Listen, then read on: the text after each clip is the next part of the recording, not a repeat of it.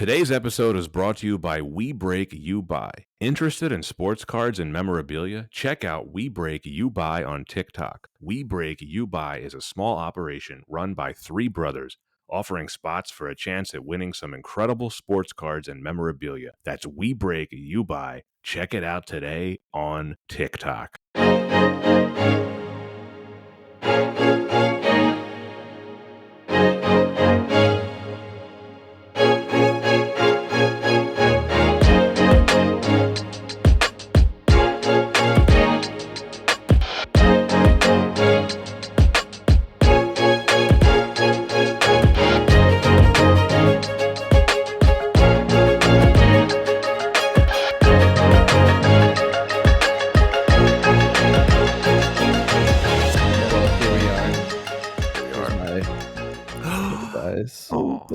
Well, the listeners can't see this, but Anton is showing everyone his dog that is on screen. And hello, everyone, and welcome to a very special episode of Why Wasn't It Better? I am your host, Patrick Darms. And I'm your co-host, Anton Paras.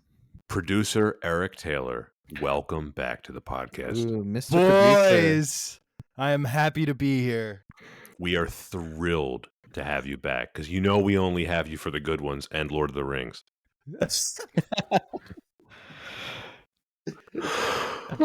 Thank you for all of that. You're quite welcome. Well, you have to admit, though, although that movie was horrible, it was an interesting discussion. Oh, for sure. Has it haunted you since we've talked about it? Brother, it has been deleted from my mind. I have ejected it. It is not there anymore. I still think about how much you hated it, and it amuses me. I don't hate a lot of things. No, guys. you don't. Like, I know. I really don't. It really made me not want to see Rotoscope ever again. No, yeah. It was our niece was watching Aladdin earlier this week, like, you know, the original. Obviously, I'm talking about the original animated Aladdin. Yeah, of course. You are. Yeah. And I was wondering, I was like, I wonder if they did rotoscoping in here, because I saw Lord of the Rings kind of recently and it made me think of that. But we're not here to talk about that terrible Ralph Bakshi 1978 film. Why are you guys bringing it up? I don't know. I apologize. But Eric, welcome back to the podcast. It's always a pleasure to have you. Like I said, we only have you on for the really good films to discuss, and this is a really special one. It's the 40th anniversary of Indiana Jones and the Temple of Doom. Wow. Yeah. Big stuff.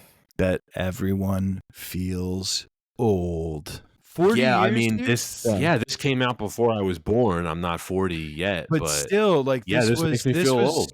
Involved in, I mean, not as much mine, but I know that for a lot of kids, these movies were a big deal back then. Oh, yeah. Even if you weren't, born, your parents probably tried to show it to you, Yeah, I mean, we were talking about it before the recording started. I first saw this when I was 6 years old, and it terrified me. More than most horror movies would. I mean, this movie legitimately freaked me out and actually gave me nightmares. And it's not just one scene. It's throughout. No. It's got a different tone. We're going to dive into this more, but it really does throw a lot of very dark imagery at you. And super memorable. That is an understatement. Yeah.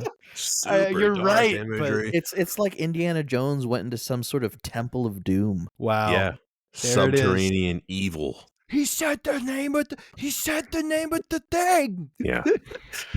Well, before we get into it, though, as always, if you're listening to this podcast and you like what you hear and you haven't made it official, please hit that subscribe button, like us, follow us, wherever you listen to your podcasts. We always appreciate it. Any support you can give us, we will thank you. And please engage. Let us know what you don't like. Please let us know if there's any episodes that you'd like to hear or any movies that you'd like to hear that we haven't talked about yet. And of course, we love all feedback that we receive. Indeed, we always take listener requests.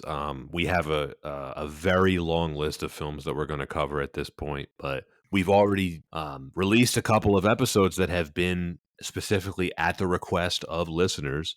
Ocean's 12 was one. Yeah. Atlantis: The Lost Empire was another. There's more that I can't think of. Oh, Gran Turismo was a listener That was big. request. So Yeah. yeah, so don't hesitate. And I know there have been several requests that we've received in the past few weeks. We have put it on the list. We always try to respond to those requests. And yeah, I mean, like I said, Anton, I think the list of films at this point is almost at 700. So we have a So lot of films to cover, yeah, if we're gonna do that many episodes, like maybe your request, it might be a while before we get to it, but but we'll take bribes to move it up the list. So yes, that's true. If you would like Yeah. to pay us to move one of your film requests up on the list, we accept money. we accept money. We'll accept extravagant gifts. Yeah. Guys, I don't, and listeners, I don't want to tell you how much I paid them in order to get one of my requests even on the list. Because initially they said, no, we don't even really like you that much, so we're not going to put your request on the list. And it was a pretty penny. And you know what? I said, they're worth it. So they're worth it. Yeah. Not really. Appreciate You that, guys, Eric. you guys are nice, and I hope you like me.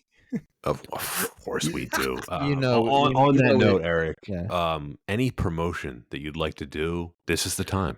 Oh, brother, it's been a rough time creatively. We were talking before the broadcast about it. Right now, I'm kind of like taking a back seat and, trying to figure out what direction exactly I want to go creatively. I'm excited about some of the things we were talking about before recording, and hopefully that will develop into updates that we can all inform the listeners of in the future.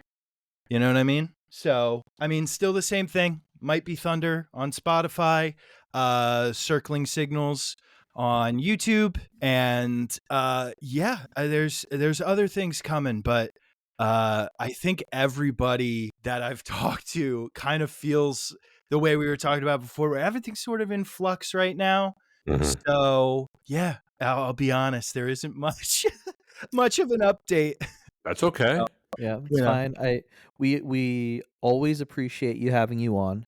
And I think when there are moments of flux, it's always good to have ways to escape. And that's why I feel like it's good to be able to think creatively and have things like this podcast to express ourselves and then also share with others to consume during these turbulent times. And I tell you guys all the time, everybody wants to talk to me about music, and I really like talking about TV shows and movies and stuff like that. So it's real refreshing for me because, it's not really my wheelhouse, but, it's fun to talk about. That's why I love having you on these episodes, because I know, like, for the listeners, Eric does not watch many movies, but he has strong opinions about the ones that he does watch. That is very true. That's accurate. That is very accurate. Anton, by the time the listeners will have heard this episode, we started the podcast a year ago. It's been a year. It's Wow. been 1 year. That is amazing. Wow. Yeah, 1 year, 70 something episodes. I'm not quite sure which episode in the release order this one will be, but that's, more than an episode a week, which I always knew we could do it, but it's just it's very fulfilling to see these results. Just a year later, we've had tremendous growth. Yep. And, we obviously believe in our content, but we could not have gotten here without the help of listeners like you and Eric, our producer. You've been just a tremendous, tremendous help to us. You guys are doing great. I don't know the statistic, but I think you've made it farther than probably 90% of the people who try to do this stuff. So, kudos to you and your hard work, and kudos to the listeners and the people engaging. Definitely keep engaging, because these guys are fun to talk to. I'll say it. All right, well, You are too kind. too kind. We have more movies to talk about, but it's Yeah. always fun, like you said, Pat, too. Literally hundreds. But we can always look back and say we started out with Mark Wahlberg visiting a planet of monkeys. That's true. A simian planet, if you will. Yes. Good episode. Should we No, do it's a early, but- revisit of that film for the 100th episode? Centennial. Yeah, I don't know if it's even worth it because it's like that means I have to watch that shitty movie again. But We'll table it and talk about it. maybe. Have you Oh, seen man. that, Eric? The Tim Burton remake of Planet of the Apes?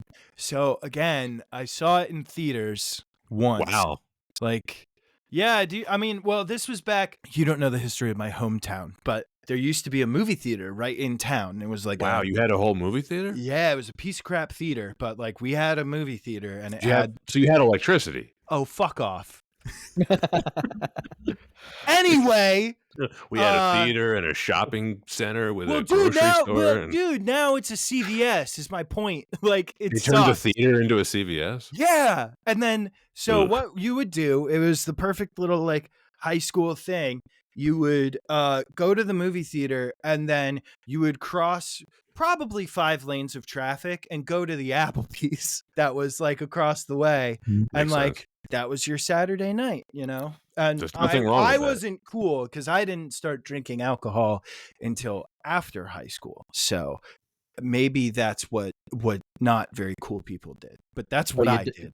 But you doubled down on the Applebee's. There's I mean, nothing wrong with Applebee's. bro, Nothing wrong with that. half price apps after what is it? After 10 or something? Can't I go heard wrong. that's a reason why a lot of Applebee's are closing because a lot of them were dependent on movie theaters, Yeah. and because dude, theaters the just one in aren't town doing well these closed. days. The one in That's town it. closed, and the movie theater's a CVS. So And I guess nobody coming out of CVS is like, you know what, we need Applebee's.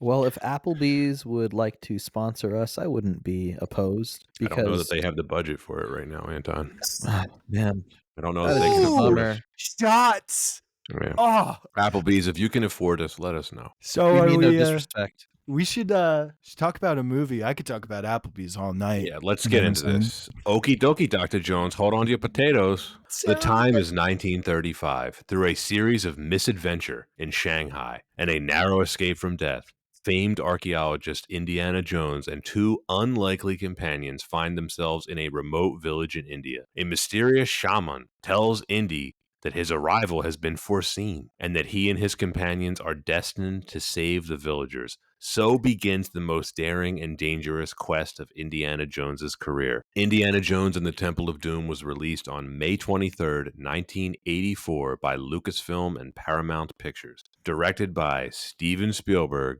screenplay by Willard Huyck and Gloria Katz, based on characters created by George Lucas and Philip Kaufman, director of Rising Sun, starring Harrison Ford, Kate Capshaw, Ke Huy Quan, Amrish Puri, Roseanne Seth, and Philip Stone.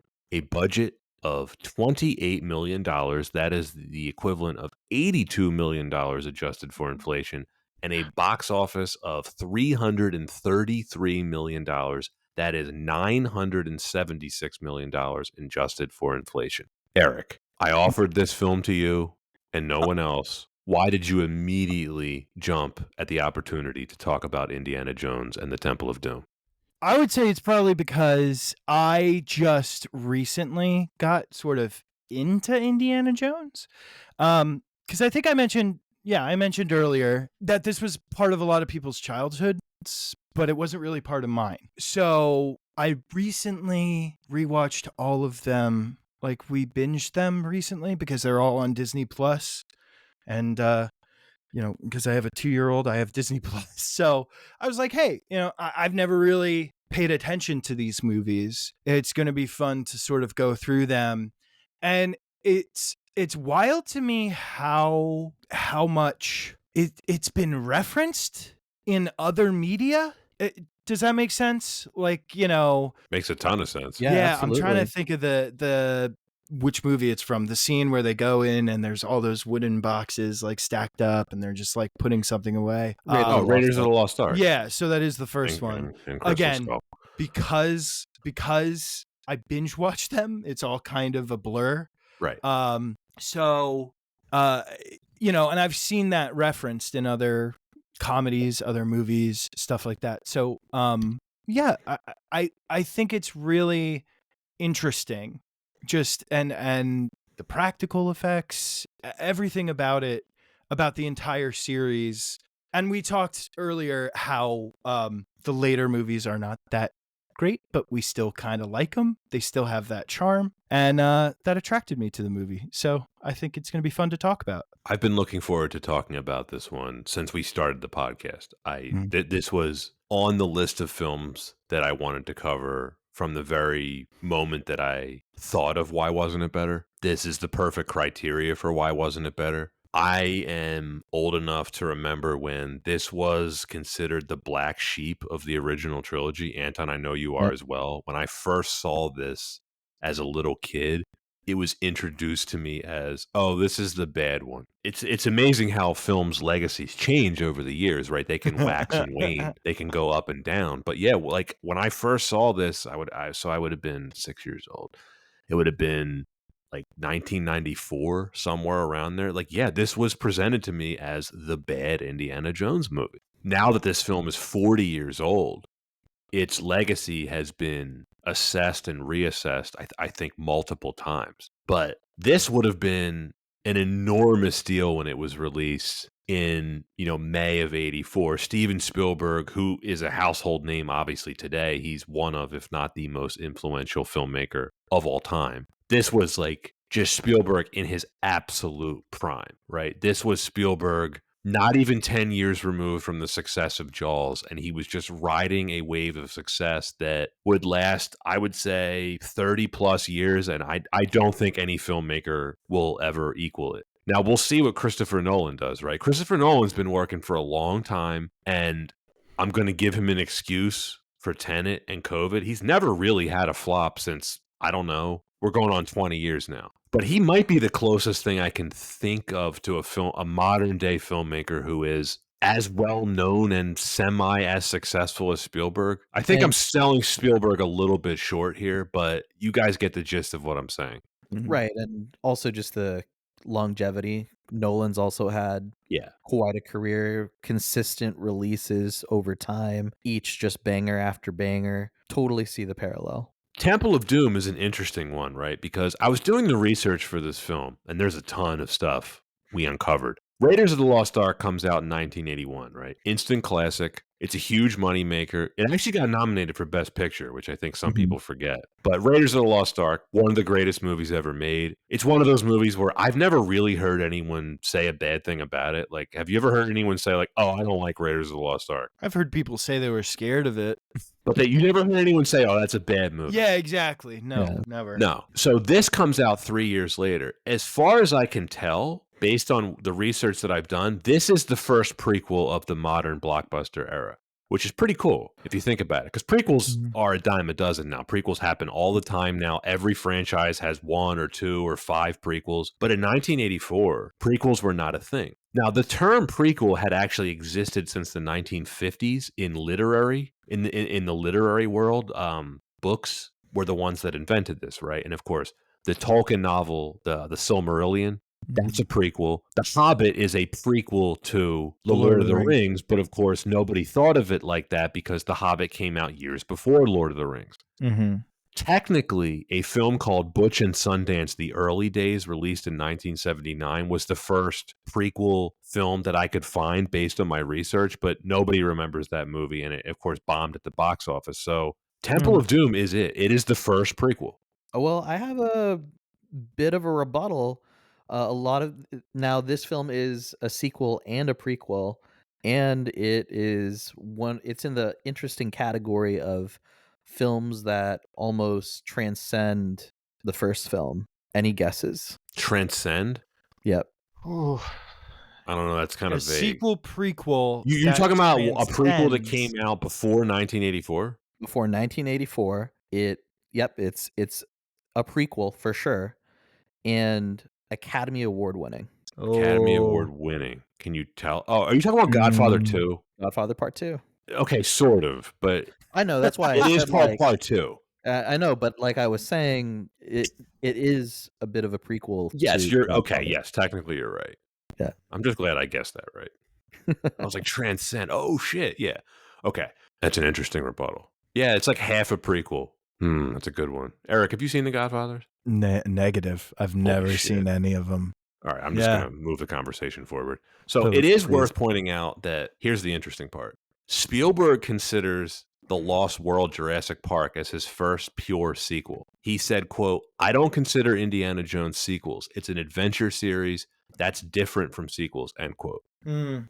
I actually kind of get what he's saying. So they're meant. I understand what he's talking about. Are they Right. meant to be like disconnected almost? Like Yeah. you could watch Or- him. Well, you can't watch him in any order. Like he's obviously getting older, but Yeah, I mean, but like I know what he means. Like this film's story is not connected to Raiders of the Lost Ark in any way. right. Right. There may be characters in subsequent films that have appeared in previous films, but it's episodic. You can go in and out, and it's just a different adventure in Indiana Jones' life. Mhm. Yeah, I completely get what Spielberg's saying, and of course, I mentioned this, Eric, because you were on the Lost World episode, and that film's plot could not have existed if it were not for the first film. Correct. Right. Whereas this one, yeah, it's not related to Raiders of the Lost Ark at all. No, not even. It's not even the same love interest. I don't know if she's really a love interest, and she's kind of annoying. The woman in She this is movie. kind of. You mean future Mrs. Spielberg? Was that her? Oh, Is yeah. that- Yes, that is. That's where they met. That's where they that met. is Kate Capshaw, who Steven Spielberg has been married to since 1991. Oh, is that how she got the part? That's how they joke about it on Family Guy.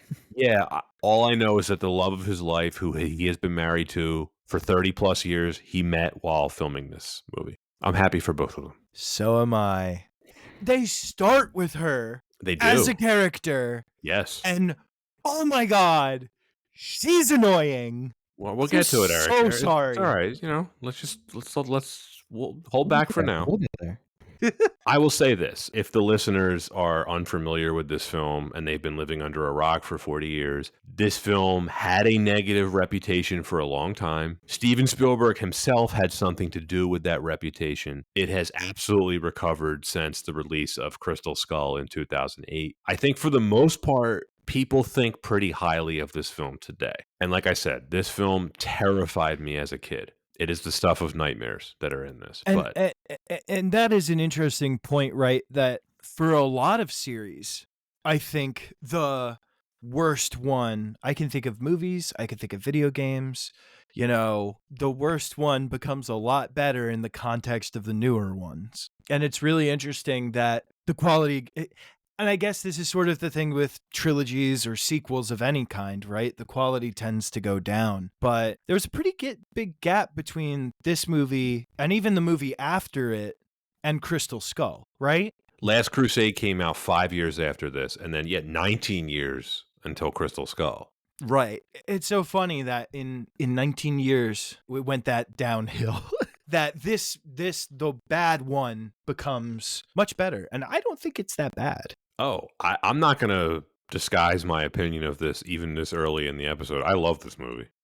Right. Putting that line in the sand. Yeah, I love this movie. I think it has its flaws. I don't think it's as good of a movie as Raiders of the Lost Ark, but I have seen this movie dozens of times, and rewatching it for this episode a few days ago, my love for this movie was reaffirmed. Let's get into the production history of this. The idea for doing more than one Indiana Jones movie was something that George Lucas and Steven Spielberg had entertained even before Raiders of the Lost Ark was released in 1981. Spielberg recalled that, quote, "George said that if I directed the first one, then I would have to direct a trilogy. He had 3 stories in mind. It turned out George did not have 3 stories in mind, and we had to make up subsequent stories," end quote.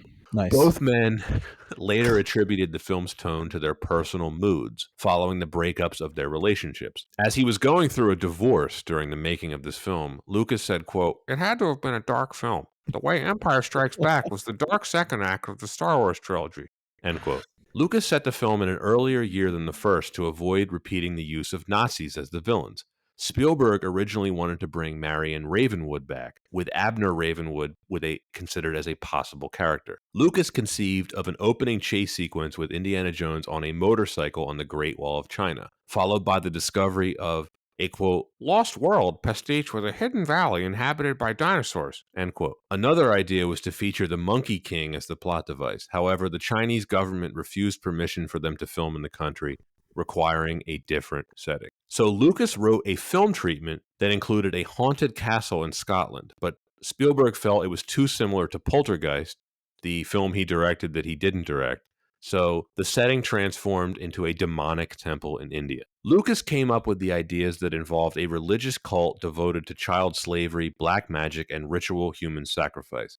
And of course, the Thuggee cult is the one that is featured in this film, and that was a real thing. You can look it up. It is a historical thing that was in India.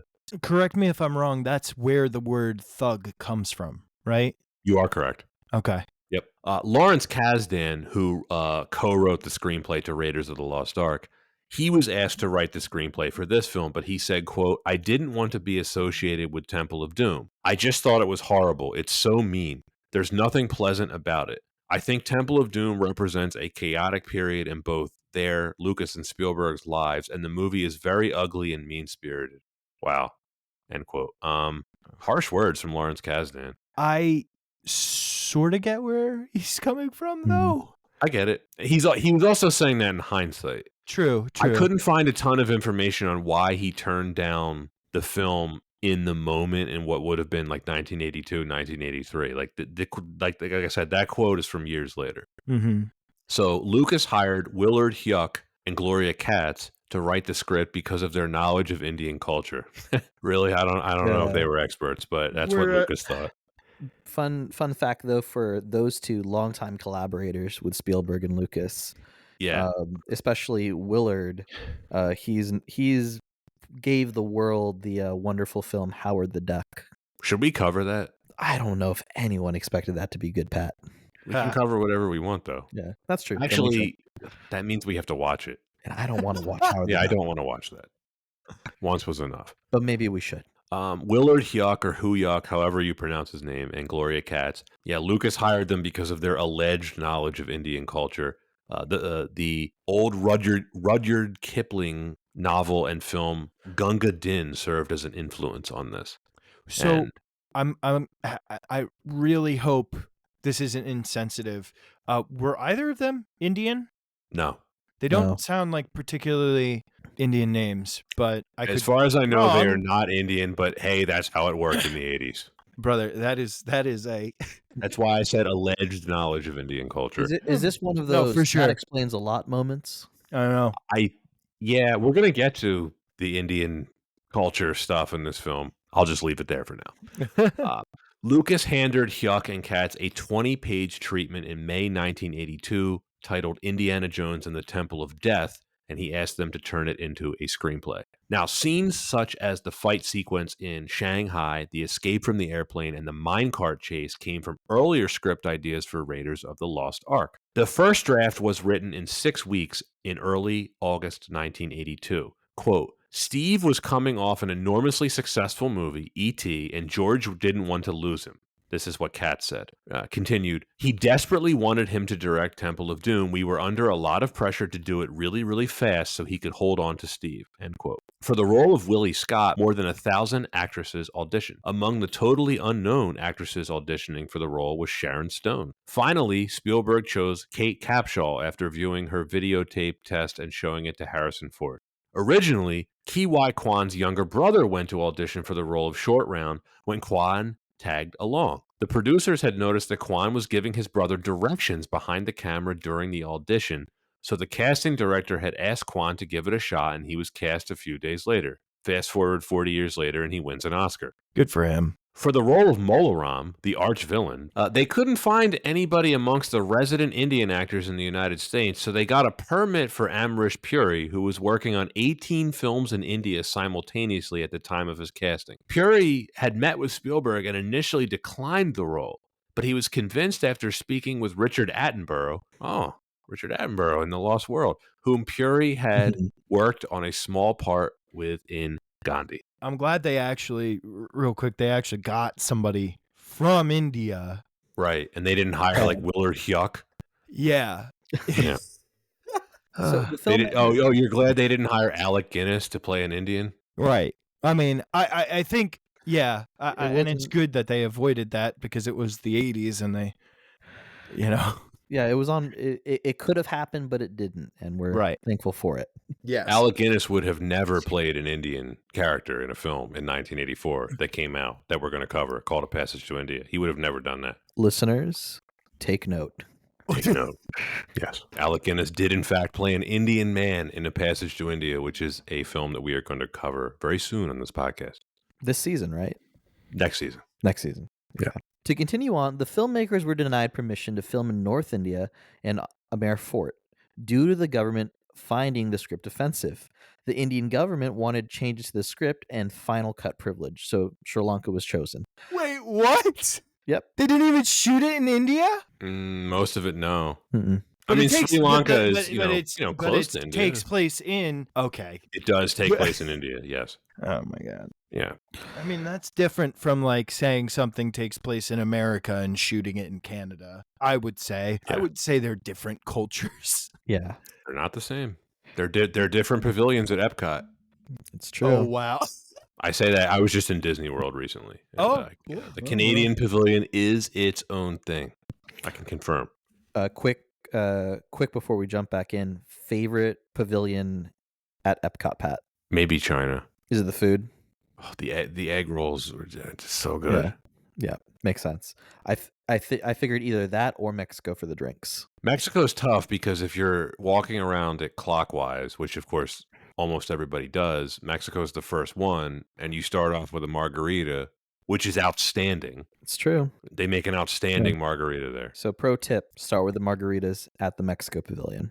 Yeah. So filming began in Sri Lanka in April 1983 before moving to Elstree Studios in England, where the production used 8 of the 9 available sound stages. Lucas biographer Marcus Hearn observed that, quote, Douglas Slocum's skillful lighting helped disguise the fact that about 80% of the film was shot on sound stages, end quote. Now, Harrison Ford suffered a severe spinal disc herniation by performing a somersault while filming the scene with the assassin in Joan's bedroom. A hospital bed was brought on set for Ford to rest between takes, and Lucas stated that, quote, he could barely stand up. Yet he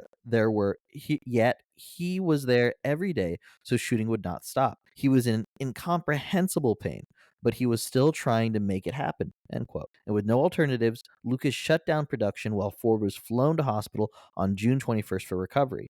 And stunt double Vic Armstrong spent 5 weeks as a stand-in for various shots. Now, scenes involving the long rope bridge were filmed on 3 different continents. The entire bridge itself was built on location in Sri Lanka, and the scenes where Indy cuts the bridge were filmed there too. The scenes where the bridge is hanging along the side of the cliff with everybody hanging on were filmed in Elstree Studios in Hertfordshire. Finally, the alligators at the end were shot by Frank Marshall in Florida.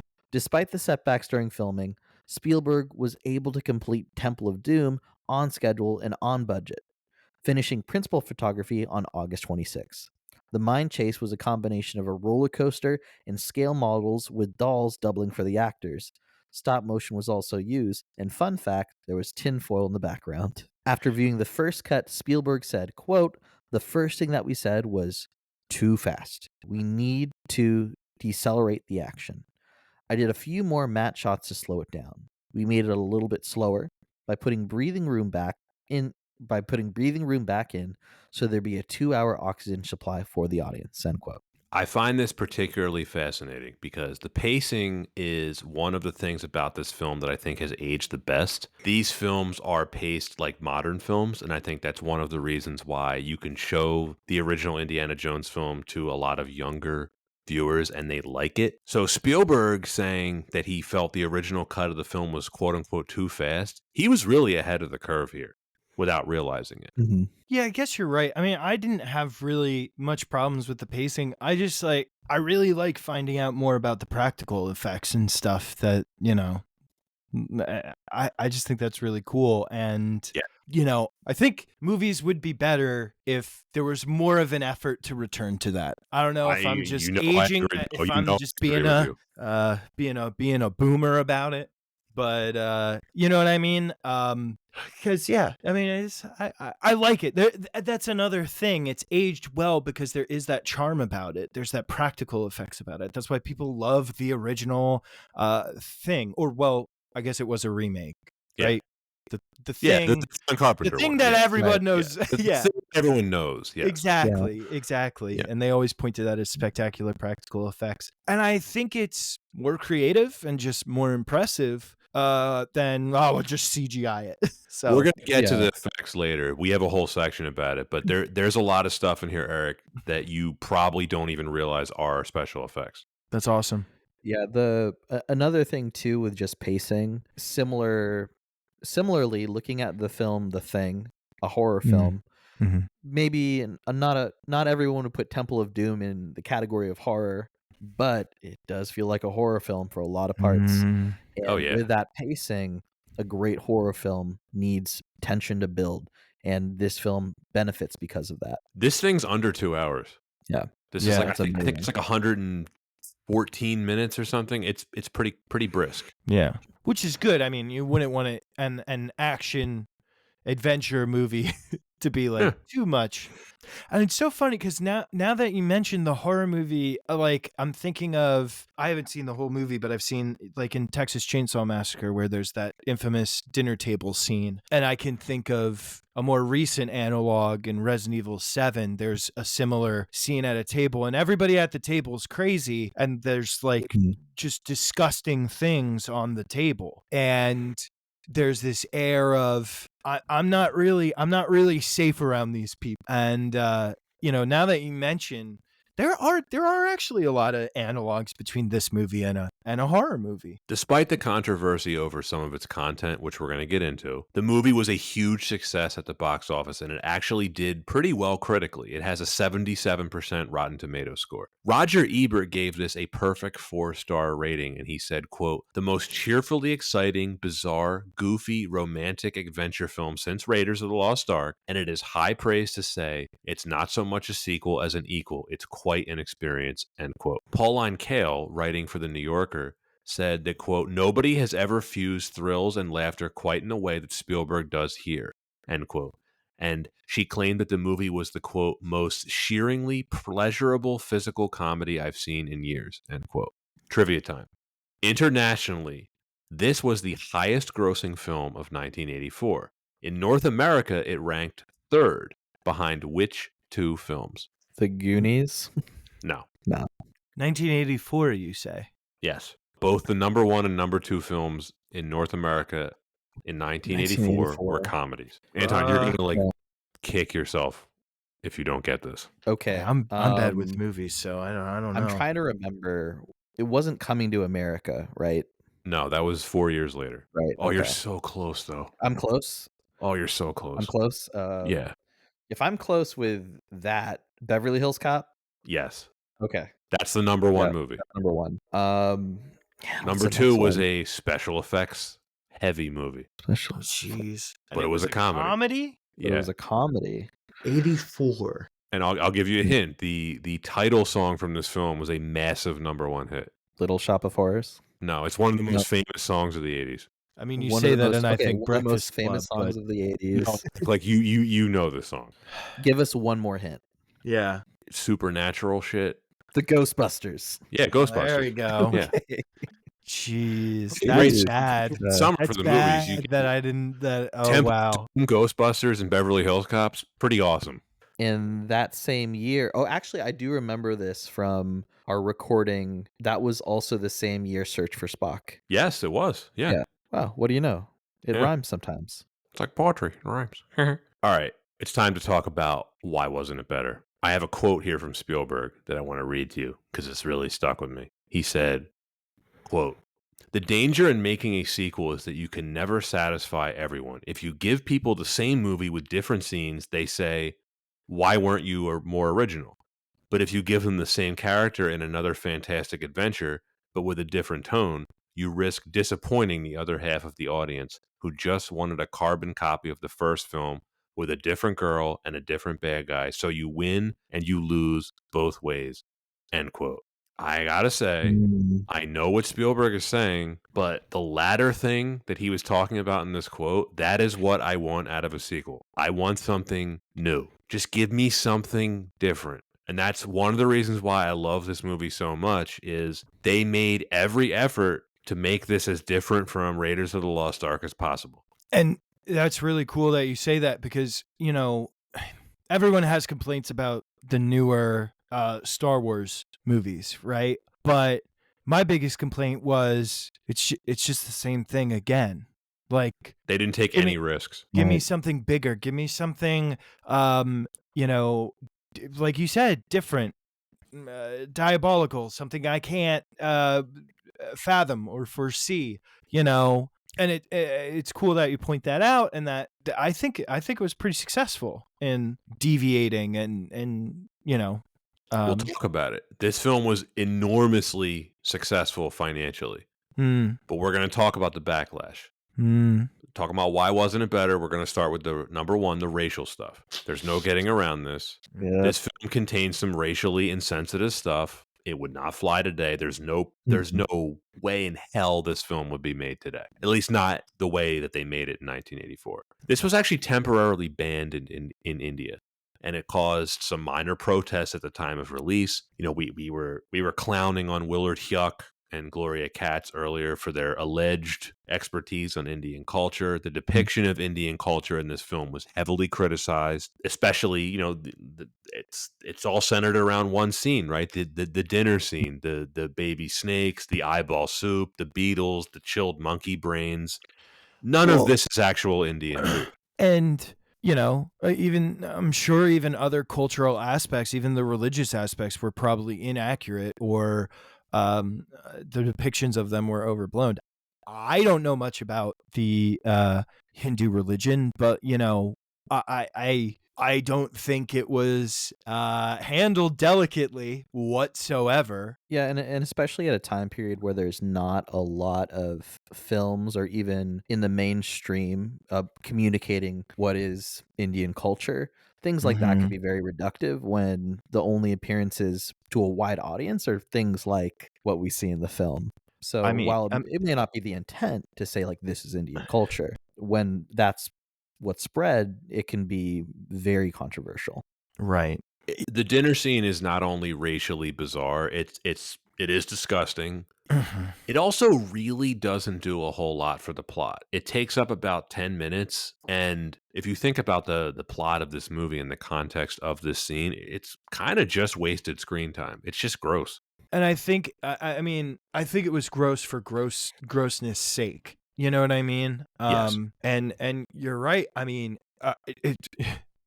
Indian food is fantastic. You know, Love it. you're right. This is it's just a bad description. And again, it's a director who probably doesn't even know anything about the culture.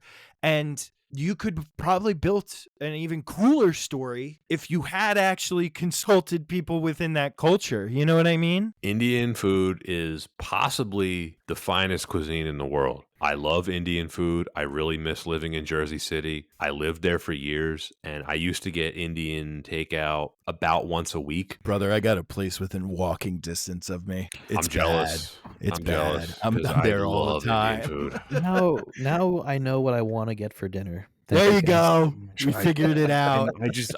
I miss Jersey City so much for the Indian food. Mm, There was great Indian food all over the place in Jersey City, fair enough. and it's hard to find here in Charlotte. Just saying, there's not a lot of options here. Forgot that's where you lived. I'm like, Yeah. yeah, no shit. Yeah, there's plenty of great food in Charlotte, but Oh, yeah. Indian food, it's slim pickings here. Slim Hard to pickings. find, huh? Yeah, it's hard to find, at least out where I live. Charlotte's pretty big.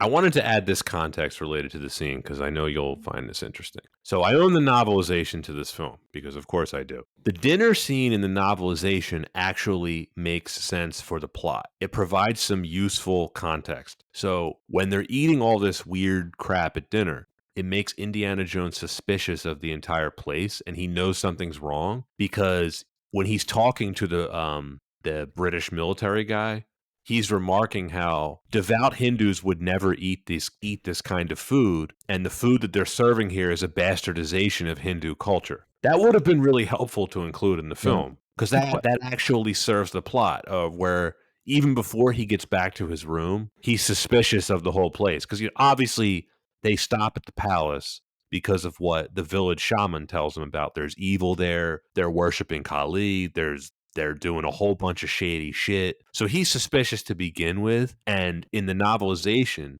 The meal that gets served at this dinner only confirms his suspicions. He's like, there's absolutely something wrong here. Which is perfect. It shows Indy being an expert and Yes. understanding the culture. You cut that scene in 5 minutes and then you help move the plot forward. Was there any of that in the original script that you It could must have been, find? because the novelization was based on the script. So it must have been in there at some point. But they cut it out. And Yeah. that's useful context. Yeah, I thought that was really interesting. Now, some of the Indian actors who were in the film, like Roshan Seth, Roshan Seth.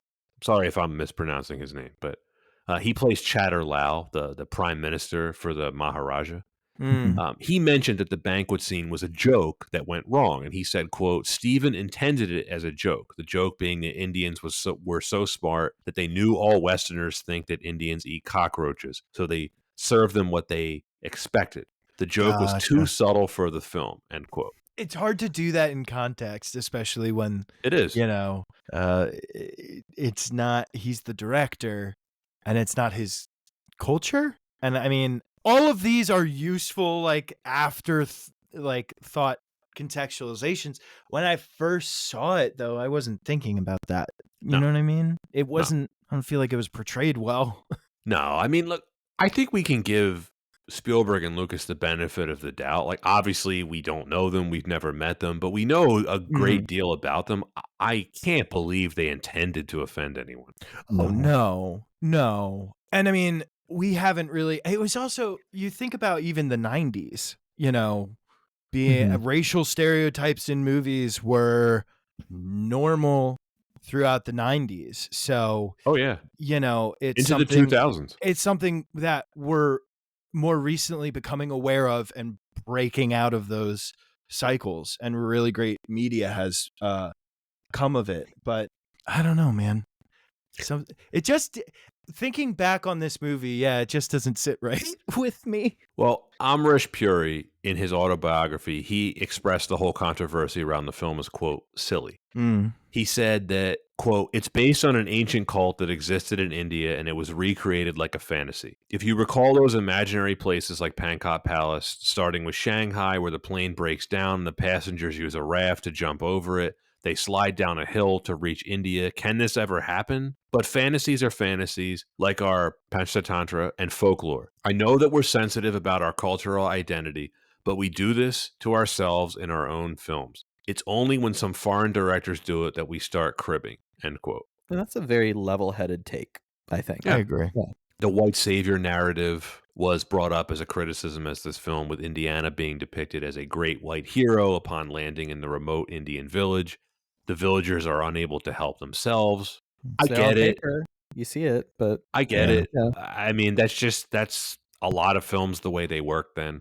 The character of Short Round, he generated some controversy. Yes, a kid hanging out with a grown man. It would probably never fly today. I gotta say, when I was watching this movie as a kid, even to this day, it never bothered me. I absolutely love his character. He's the hero of this film. He saves everyone in this film. Like, he is the badass of this film. Short Round is the best thing about this film, in my opinion. I agree, but I might counter you a little bit in the sense that I don't think it's weird that there's necessarily weird that there's a kid following around Indiana Jones. You think there's a lot of narratives like The Last of Us. That's not his daughter he's hanging out with. It's sort of a found family, protective sort of thing. So I didn't really see that as super strange. I didn't either. Probably ran across this kid and was like, this is a dangerous situation. Indy does explain in the film how he's an orphan. His family were killed when the Japanese bombed Shanghai.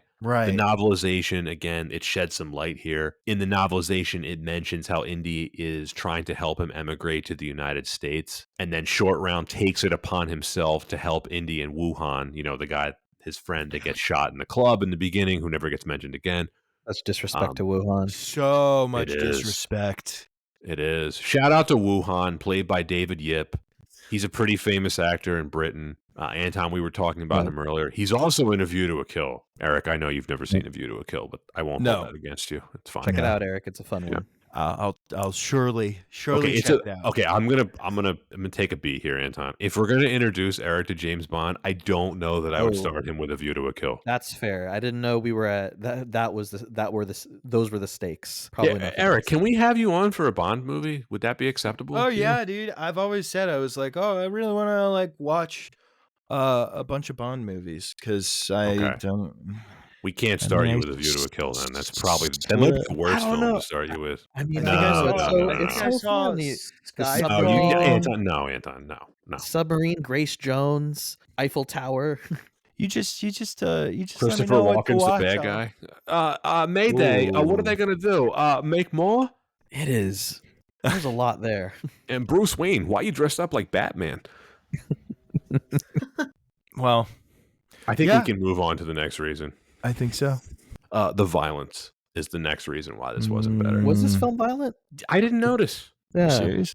Eric, I told you this was rated PG. You were like, really? Mhm. I thought, well, they were pushing it with the first one, They were. but at least the first one, the really terrifying imagery just came at the end. Right. This was pretty scary all the way through. And like the concept of having your heart ripped out and like still being alive and dropped into a flaming pit. That Yeah. sucks. That doesn't sound Yeah. fun. And that would be a hard concept of terror to grasp as a 6-year-old. Like I said, this gave me nightmares. Fair. The backlash against the violence in this film was significant. Also, a film we did not mention earlier when we were mentioning 1984 films that Spielberg produced, Gremlins. That was also rated PG, also pretty violent. And Spielberg himself lobbied the MPAA to create the PG-13 rating. The first PG-13 movie was Red Dawn, and it was released later in 1984. So the backlash against this and the reaction to it was pretty quick. Gotcha. Within a few months of this film's release, the PG-13 rating was created and it was being used. But yeah, this is, I mean, without question, this is the hardest PG movie ever made.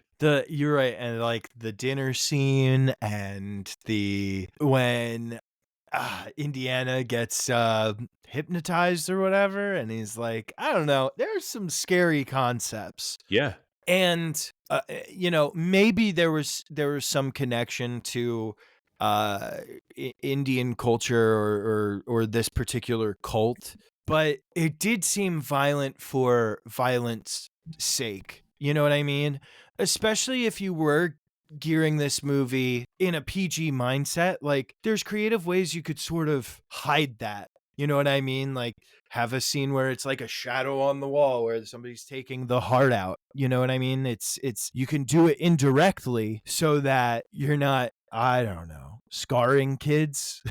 And in here they were like, no, we're going to do that directly. You're watching the whole time. You're gonna watch a man burn alive as his heart ripped out. Parents who took their children to see this film, they complained, obviously very vocally, enough that the PG-13 rating got created. A lot of people believed if this had not been directed by Spielberg, it would have been rated R. I don't know if I believe that because this would have been a pretty soft R. I mean, but I could see it though. Like they show a man putting his hand into someone's chest and ripping his heart out. To me, that's not even the scariest part. When Mola Ram is holding the heart up and it's on fire and he's like laughing maniacally. That's the thing that scared me the most. You take a deathcore song and put it over that, y'all got yourself a music video. You know what I mean? Like, yeah, that's fair. It's pretty heavy. Yeah. So but I remember this film, just the violence in this had such a legacy that I have a very distinct memory of my mom letting me watch Raiders of the Lost Ark. And then when I really liked it, I found out there were two more and I wasn't allowed to watch this one initially because it was, I just remember being told like, no, that's too violent. That's the bad one. But fortunately, my cousins had it on VHS, so I saw it. Guys, I just had a thought. Remember when they said that the dinner scene was a joke? Yep. See, because I don't think Spielberg is somebody as crass to use violence for violence sake. I was trying to think about, movies where the violence is comedic. Have you guys ever seen Tucker and Dale vs. Evil? No. Yeah, of course. Classic. You have, Anton? Alan Tudyk, yeah. Yeah. And the gore in that, my wife doesn't usually like gory films, but the gore in that is meant for comedic purposes. Yep. I'm just spitballing here, because if the dinner scene was supposed to be a joke, do you think that this was also like an off-color joke that just didn't land correctly? Like, this is over the top. Yeah. Yeah. I could see I that. I see what you're trying to say. So I just don't think Spielberg went and did it. No, I don't think that, and this is why. Because of if you recall how intense the John Williams music is in this scene, I think it's completely serious. His score is going hard in this scene with the chanting and everything. By the way, shout out to John Williams. This is an incredible score from him. Yeah. It is. John It Williams dark. requires no shout out. No, he doesn't. But I mean, like, he's just done man, everything like, good. John Williams just. I haven't heard a bad John Williams soundtrack yet. No, I haven't either. But this is not like saying something, because there is a bad Hans Zimmer soundtrack. Ooh, it exists. Go on, please. He did a movie with someone, and Hans Zimmer. Are you Googling this because you can't back up your own statement?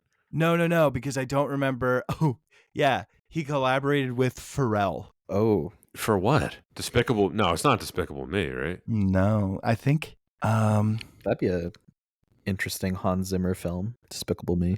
Well, Pharrell did the music to some of did, that, right? yeah. Right. Amazing Spider-Man 2. I think that's it. Yeah. Oh yeah. Oh yeah. Yeah. Oh yeah. Ugh. You know what? I wonder, can we find a bad John Williams score? I bet you we can find one that we're not fond You'd of. probably have to go to the deep lore to find that. Like, this is a quick sidebar. Eric. So Anton and I are covering old school disaster films on the podcast. I don't know if you heard our Poseidon Adventure podcast episode. No. You've heard of that film though, right? Oh yeah, and they made a remake, didn't they? They did. Yeah. They did. And there's a very famous one that we're doing later this season called The Towering Inferno. Yep. Young John Williams did the scores to all those old school disaster movies. Oh wow! It's like, man, John What Williams. What is Towering Inferno about? That's where the skyscraper catches on fire with all the famous actors inside. So was that recent video with Dwayne? That recent movie with Dwayne "The Rock" Johnson, was that just a remake? A pseudo remake of it, yes. Okay. Yeah. I was gonna say you may not know the original film, but you know the legacy. Eric, did you just drop off? Can you hear me? We can hear you. It says 0% uploaded. Hold on. Sorry. Because you're on a new track now. What happened? I've just been sitting here, bro. No one else is in my house using my internet. I'm sorry. It's okay. Do we need to re-record? No. We're fine. This happened. We're good. This happened the last time. It says 0% uploading, though. Oh, 1420. Okay, here we go. Yeah, you're good. Nothing happened on your end. You just dropped off there, Eric? It just went bloop. Interesting. Anton, didn't that happen to you? It literally happened to me last episode too. Yeah, I mean, this technology. What does it do? Magnets. How do they work? I don't know. Let's just continue then. Let's plow ahead. All right. Violent film. Look, I gotta say, it is a violent film. I can understand the backlash, the human sacrifice scene. It's intense. A lot of there's Indiana Jones getting whipped. You have a kid whipping another kid. Would not see that in a film today. There's just no way. The voodoo doll thing, I always forget about. Oh yeah, pretty intense. The dude getting hit with the flaming. What was it? The flaming skewers. Well, that's just funny. Indiana Jones gets poisoned, and his reaction is, "I am going to take a shish kebab spear and put it through someone's chest." All right, so today I just turned on the movie in the background just to sort of refresh my memory. Why did he take the drink in the beginning of the movie? I think he was so overconfident in his bargaining position. No. I agree with you. I thought he was supposed to be smart. I agree. Also, was that supposed to be a martini? I've seen drinks like that. They're very fancy. I don't know what they're called. I think it was a dirty martini because it wasn't champagne, right? No. There's a drink that comes in that glass. I'm no It's a coupe glass. It'd be fair to say it's a younger Indiana Jones makes a couple mistakes. Would it be Fair fair to enough. say, Anton? Would Who it be would have fair to thought say? that, I'll put antidotes it to to the you this way: poison you just drank, Dr. Jones? we're not, international men of mystery, and This is true. I would not take that drink. I I think we would not all either. know we wouldn't take that drink, Mm-mm. No, even not when if you're I dealing with was. Lao She. No, not when you're. Yeah, these are. Look, Spielberg, he initially defended the violence. Mm. This is interesting. He said, quote, "The picture is not called Temple of Roses. It's called Temple of Doom. There are parts of this film that are too intense for younger children, but this is a fantasy adventure. It is the kind of violence that does not really happen and cannot be perpetuated by people leaving the cinema and performing those tricks on their friends at home." End quote. I have this theory that Steven Spielberg secretly likes this movie far more than he claims. He's constantly trying to cultivate a positive public image of himself and his work, but because of the criticisms that this movie received over its violence and the alleged, cultural insensitivity, Spielberg has chosen to be publicly dismissive of it ever since. That's my theory. And that's a solid theory. I think that there can be a world where he does look at this film and say, "I've moved on from this, like, I feel like I've made better films," and at the same time still Yeah. have a fondness for it. Mm-hmm. I think that especially when we know the context of the turmoil both Lucas and Spielberg were going through filming the movie, with their relationships, it was a very dark time, and you see a lot of dark themes in this film, and they intentionally took very dark tones when filming Temple of Doom. So it wouldn't be a shock to me if Spielberg looks back and say, "That was a very different time in my life. I didn't love it, but I know I made this film." He said in 1989, Spielberg I'm talking about, quote, "I wasn't happy with Temple of Doom at all. It was too dark, too subterranean, and too horrific. I thought it outpoltered Poltergeist. There's not an ounce of my own personal feeling in Temple of Doom." End quote. And then he later said, quote, "Temple of Doom is my least favorite of the trilogy. I look back and say, well, the greatest thing that I got out of that was I met Kate Capshaw. We married years later, and that to me was the reason I was fated to make Temple of Doom." End quote. So, Anton, what you're saying makes sense. It seems like he's trying to distance himself from it, though. Right. I mean, George Lucas does not feel the same way. I actually really like what Lucas has to say about this. Would you like to hear what Lucas has to say about this? Yes, please. I would so love to. Do we have a Actually, recording actually? Yeah, we have a do. recording. I'm glad you Right. brought that up. Play it. Perfect.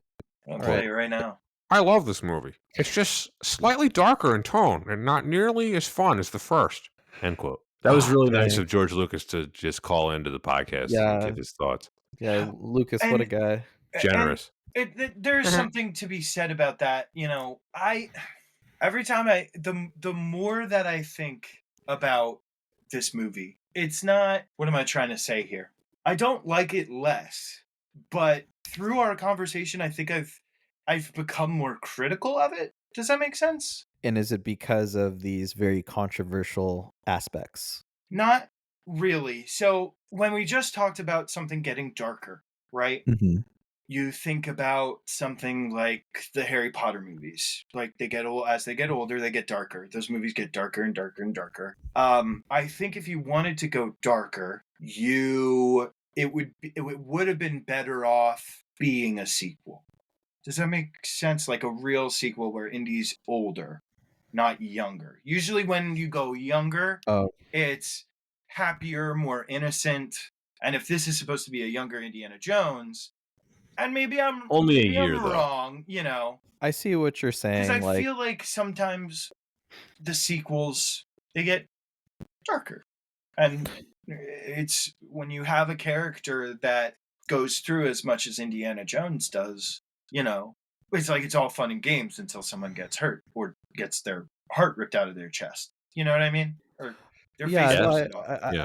I know what you're saying. Like there's like we've talked about this on the podcast before of taking different stories of films, like you mentioned, Eric, even Indiana Jones. Later on, some directors try to kind of subvert expectations of understandings of that character make them a bit more gritty, maybe put them in sadder situations, because that allows us to get a different lens of the character. I feel like this is just more so, it's not so much a change in the character himself. Like, this isn't Indiana Jones down on his luck. This isn't Indiana Jones going through significant, like, hardship in his relationships or like kind of questions about his existence. It's really just more so the surroundings around him are very Right. difficult and dark. Because nobody wants to see those things. But they gave it to us in a few They sure times. did. Yeah. Yeah. I don't know why. Because I needed to see deadbeat Indiana Jones with a dead son killed in Vietnam, apparently. It's so sad. Yeah. What? It was the most recent one. Oh, Which we talked about. I didn't watch that one. Yeah. I just kept it. Oh, sorry, Eric. I went through because like I said, I remember seeing Crystal Skulls in theaters, but I don't remember it at all. Oh, well, the newest one. The newest one. Yeah. Yes. The Tao of Jeez. Destiny. Yeah. Which is not bad. Anton and I both, we didn't hate it. We both didn't hate it. thought it was pretty okay. Yeah. I gotcha. Worth seeing. You know who is a fan of Temple of Doom, though? Who's that? Quentin Tarantino. Makes Shocker. sense. Makes so much sense. does. I'm not surprised at all. But I love what he has to say about this. He says that it's his favorite of the series, and he thinks it is Spielberg's second best film after Jaws, saying, quote, Spielberg pushes the envelope. He creates PG-13, a movie so badass it created a new level in the MPAA, end quote. And then he added, quote, there is a comedy aspect as gruesome as the cinema is. There is an ultimate comedy aspect that is just not quite there as much as the first one, end quote. Yeah, not surprising. Quentin Tarantino Right. loves it when directors push the envelope. I understand what he's saying, though. And again, this is why I will always go to bat for this film. I admit this is subjective. That is what I want from a sequel. But I understand and I acknowledge that's not what everybody wants. And that's why this stuff is subjective. And it's Spielberg said it right in the quote earlier on that you read for us, Pat. And I feel like we talk about a lot of sequels on this podcast for a good reason. And even when I think of an example like Incredibles 2, you see exactly what he was talking about. You see those aspects of what happens when you play it safe. But I think another thing to consider here is how we as lovers of film want to see a sequel versus even how a studio wants to see a sequel. It's all about, like, what do you want from a sequel? Not everybody wants the same thing. And I figure if it's up to a studio, it's better to play it safe. I'm sure Paramount was very satisfied with how this film turned out, though, because, like we said, the box office numbers, in today's money, this made almost $1 billion, and they made it for less than $100 million. But we've seen a lot of examples for even Disney of just what they do with their sequel franchises. Yeah, and that brings us to the third reason why this wasn't better. This is going to be very general. This is just, we're going to ramble about how much we like this movie. Yep. Building on what I just said, now you have to admit, this is the most unique Indiana Jones movie. Oh, for sure. Yeah, absolutely. And I guess, it's a very interesting, out of the 4 that I am familiar with, right? The most recent one is the 5th. Thinking back on it, for sure. This is definitely the most bold. It definitely pushed the envelope. You're right. I forget if it was Pat or Anton that said this. The things around him are pretty dark, but he seems, for the most part, he seems in pretty good spirits throughout of it. He's still indie. He's looking for adventure. He's loves exploring. I forgot about the whipping scenes too. Like, oh, geez, that's intense. I guess that would break lesser men. You know what I mean? Harrison Ford suffered during the filming of this, like we talked about. He had that real bad back injury. Wild. If you've ever seen pictures of him next to his stunt double, Vic Armstrong, shout out to Vic Armstrong, who would go on to be a very successful second unit director in a lot of films. It is uncanny how similar they look to each other.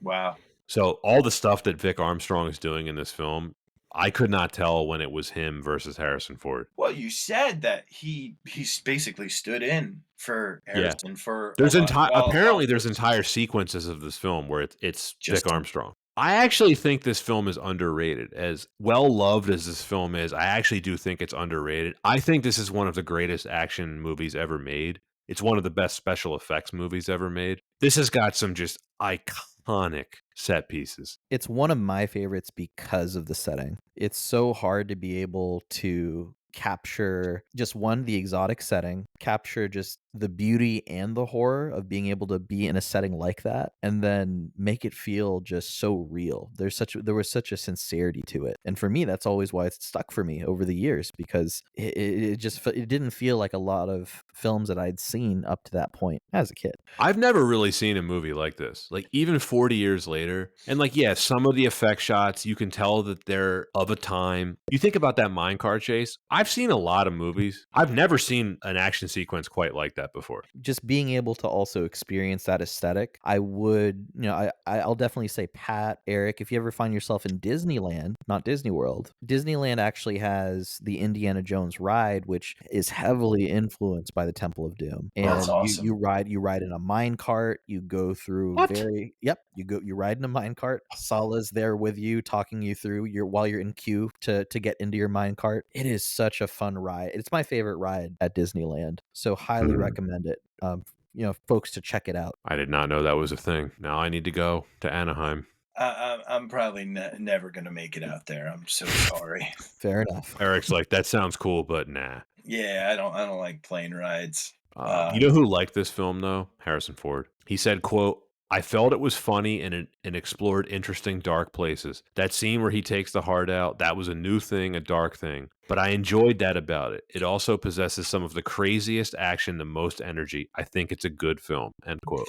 This is my thing about the over violence being a joke. Like, whenever anybody tries to defend the violence, it's almost like it's comical and exploring. It's over the top because it's exploring new things. Am I wrong that I'm getting that vibe from a lot of the people who defend this movie and the violence? And I have No, I don't think you are. No problem with violence. Like, don't get me wrong. That is not. I don't really have a problem with it in this film. It's just, me. I like to be devil's advocate and try to think of criticisms that I might not hold myself. Does that make sense? So no, I agree with you. I don't have a problem with the violence in this film either, but I do understand why there was backlash against it. Like, this is like, for PG, this is way too much. Right. And then I think, especially when you compare it to what audiences expected compared to Raiders of the Lost Ark, very different. Look,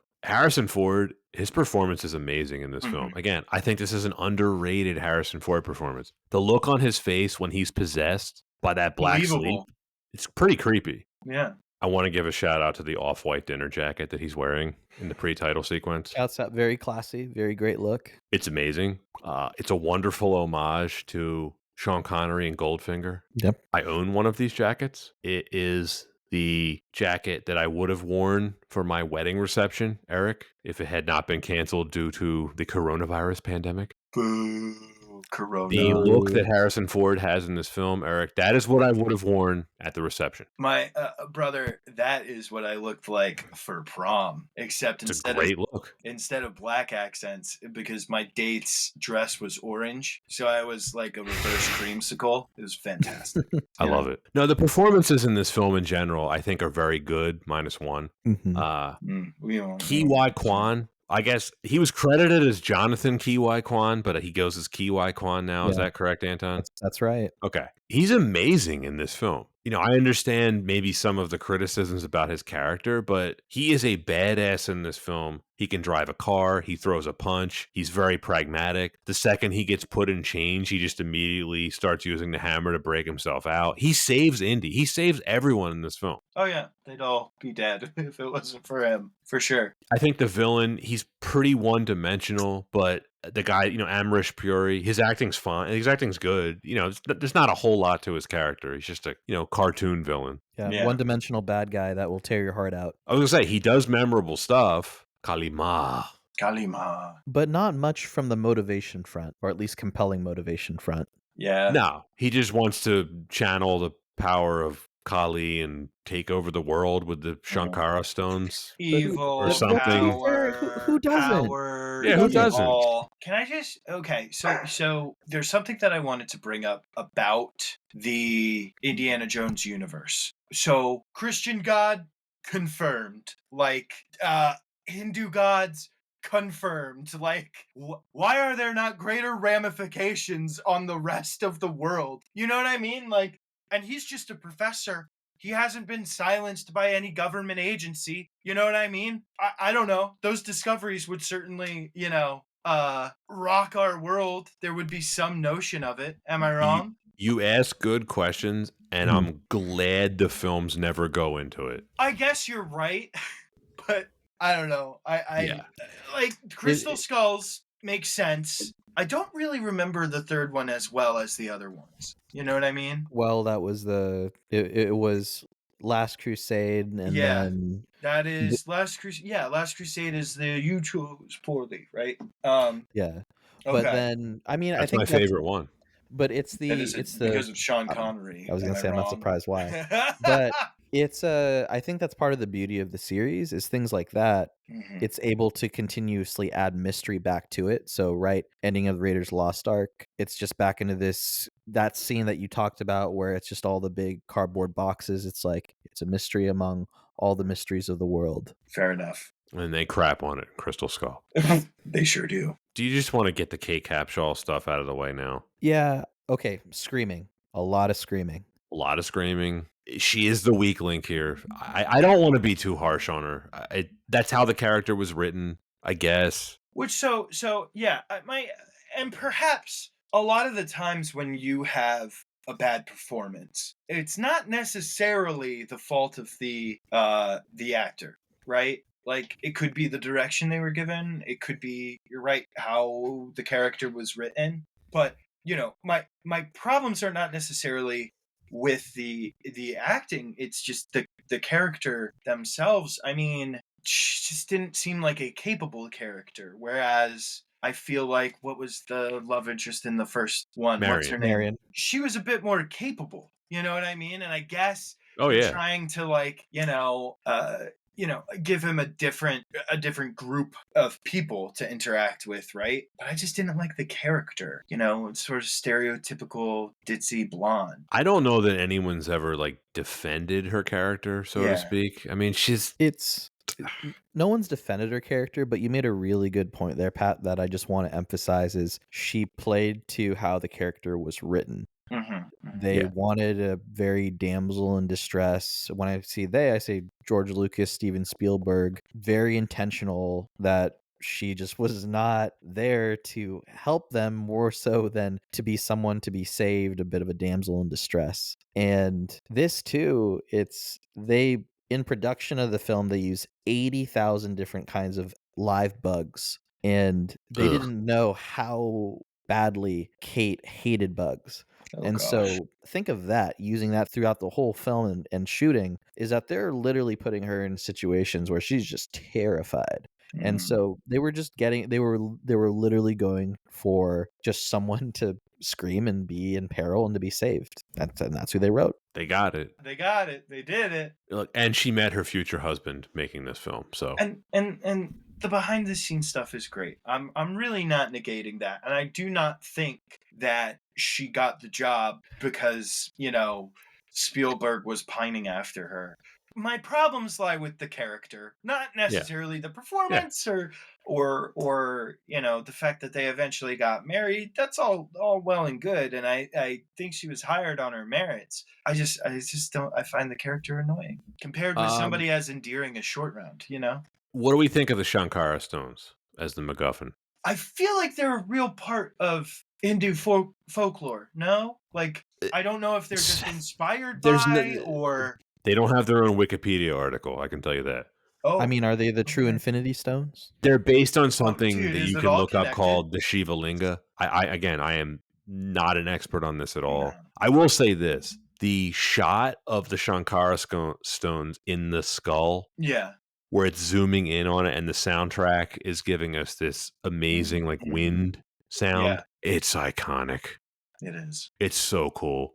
And they're glowing. It's this weird... When you put them together, it's this weird special effects, orangey, yellowish glow. It's really cool. Yeah. No, it's very cool. It's super. Again, Spielberg, he might not have had the best MacGuffin to work with, but goddamn, does he know how to frame a shot? Oh, yeah, for sure. Did you notice Dan Aykroyd has a cameo in this film? Is it during the dinner scene? No. No, he is the guy that gets them on the plane as they're leaving Shanghai. Fun little scene. Anton, he's in the wrong indie film because this is not the one with crystal skulls. That's a fun take. I don't know if I'd want him in that one though. I don't know either, but he's the guy for Crystal Skull vodka. That's true. Mm-hmm. Yeah. That's the vodka you get when you want to show off. Show up to a party with that. And if any of the listeners are still listening at this point, because this is going to be a lengthy episode. Anyone, if you haven't seen it, just go on YouTube and look up the Barbara Streisand appearance on set behind the scenes. I loved you sending me this, Pat. It was hilarious. And I would love to see a version that the footage on YouTube seems a little dated just because probably the copy they have wasn't very high quality, but I hope to find like maybe an HD version because it is just so wild what comes out of Barbara Streisand's mouth as she's whipping Harrison Ford. Eric, I sent you that, right? No. I didn't send you Eric's it? like, oh my what gosh. did Barbara Streisand do? Yeah, she uses the F word, and I'm not talking about fuck. Oh. Yeah, it is. Oh, it is dear. wild. Yeah. It is wild. Oh my goodness. That is a. And Anton, did you mention Irvin Kershner directing it? No, I did not, but isn't that a treat? Yes, Irvin Kershner, director of Empire Strikes Back and Never Say Never Again. There's a lot of little fun jokes in there of just Harrison Ford taking money for his decisions in films. It is a fun little jabs left and right, but also like really wild over the top. The action is over the top, and I love it. I think the action sequences in this film are breathtaking. They hold up really well. I think it's some of the best action ever put to film. And this is one of the best examples you could show someone if you wanted to cite Spielberg as the master of set piece action. It's the best cold open in the series. The opening action sequence in Club Obi-Wan is amazing. They toss so much at you in, I think, what is the opening sequence? Like 10 minutes? It's not very long, but Right. it is so well paced. As It goes 0 to 100 real quick. Within 2 or 3 minutes, Indy gets poisoned. His friend Wuhan gets killed. He is putting a flaming skewer through a bad guy's chest, and it is total chaos. He's getting punched. There's a gunfight. There's balloons falling. Everyone's running around. It's incredible action. And it just keeps going. You move, then he gets into the car with Short Round, and it just keeps going from there. But we I talked feel about like it being well paced. It doesn't feel like it drags on for too long, you know? No, Spielberg, he knows perfectly how to ramp up a scene. He just escalates, and then ends it. And you're never wanting for more with a Spielberg action sequence. Gotcha. Yeah. And you think about any chase sequence, right? Whether it's in even something like Jaws or any of the Indiana Jones movies or Saving Private Ryan or even E.T., which you don't think of as action. Yeah, no. But there is action in E.T. with the bike chase and everything. And that's a good chasing. It's incredible, right? Even Minority Report. It's just, look, I mean, I don't feel like we have to defend Spielberg how he directs action, but right. It just, he knows what to do, and the John Williams score is perfect in every element. Mm-hmm. And I don't know if you noticed this, the minecart chase. When the minecart chase first starts, sometimes the best scoring in a film is when not to use music, and for about 90 seconds, there's no music. Mm-hmm. And then I forget what point during the minecart chase the score actually kicks in, and it's just perfect from Williams. Agreed. Anton, I do want to give a shout out to how well filmed this movie is too. Oh my gosh, it is so. I loved that we talked about this before recording because it's amazing. Perfect use of lighting. It's so evil looking. Yeah. The orange and the red and the yellow. There's not a lot of natural light to rely on in this film. A lot of it is underground. Brilliant stuff from Douglas Slocum, making his TV quality cinematography on Never Say Never Again all the more confusing. But just amazing, like the context of when you have those scenes underground and it's supposed to be a dark cave, but you can still clearly see it and still understand the darkness and the tone of the scenes. That's pretty masterful. Mm-hmm. That this film pulled off so much with a relatively small budget. I mean, Yeah, $28 million, not a lot. Not for a big blockbuster movie. They should show this film in classes like how to light a film. If you watch like Crystal Skull, the lighting in there and his later stuff, why don't Spielberg's films look this good anymore? I'm baffled by this. Is it the digital stuff? I just don't know. That's what I would say.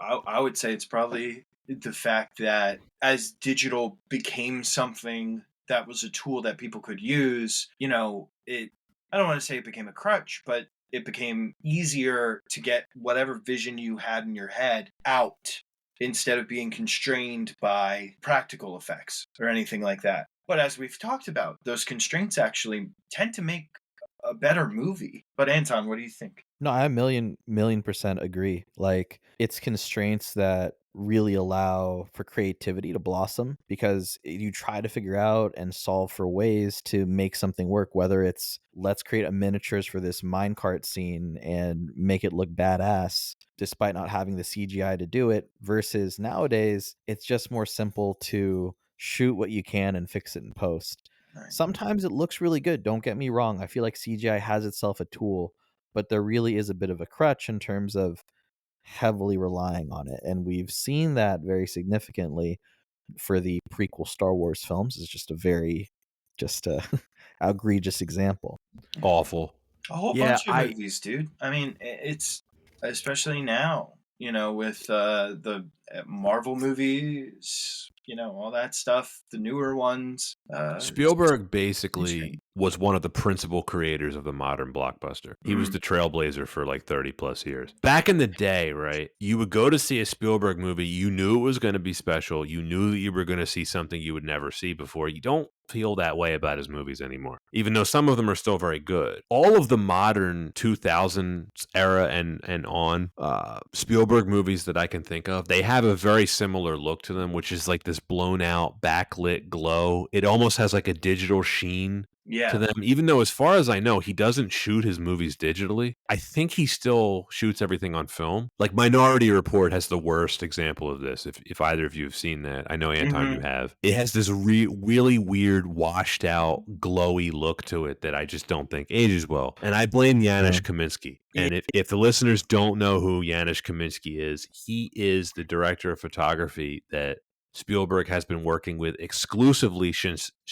Schindler's List, so basically for the past 30 years. Prior to that, Spielberg used to work with a variety of DPs. These 3 Indiana Jones films, they were filmed by Douglas Slocum, but like Jaws, his stuff in the 70s, E.T., Hook, all those stuff, all filmed by different actors or different DPs, right? And then you get up into the 90s, he's worked with the same DP since. I think that's the reason. Again, just speculation on our part. And another example that we could see in the modern day, we've talked about it before, that really washed out look, The Killer with Michael Basenector. And then also, of course, Indiana Jones and the Dial of Destiny. It's uncomfortable to watch. Yeah, I'd have to think about that more.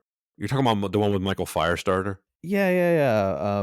Michael Neil Threader. Well, we're going to get into it more when we talk about Fincher later this year. But my problem with the modern Fincher stuff is it almost looks too good. It looks too crisp, too clean, too clinical, too sterile. I'm going on a huge tangent here.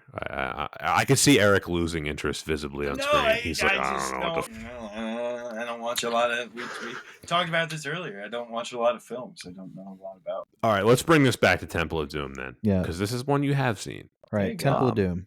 Again, for being the black sheep of the trilogy, this has got some of the most memorable Indiana Jones stuff in it. The spike trap room, the heart scene, the minecart chase, the rope bridge. We haven't even talked about that yet. And it's just iconic imagery from this film. You can see where it's influenced so much of pop culture. Of course, I love always referencing the Venture Brothers. But even throughout that, it's like so many adventure films nowadays, this is really setting the template for a great adventure. Eric, I promised this to you earlier. I told you there's a bunch of stuff in here you don't even realize are special effects. Yeah. All the stuff with the plane, miniatures. When it's flying over the Great Wall of China, it's a giant miniature of the Great Wall of China and a miniature plane. Wow. In the temple itself, right?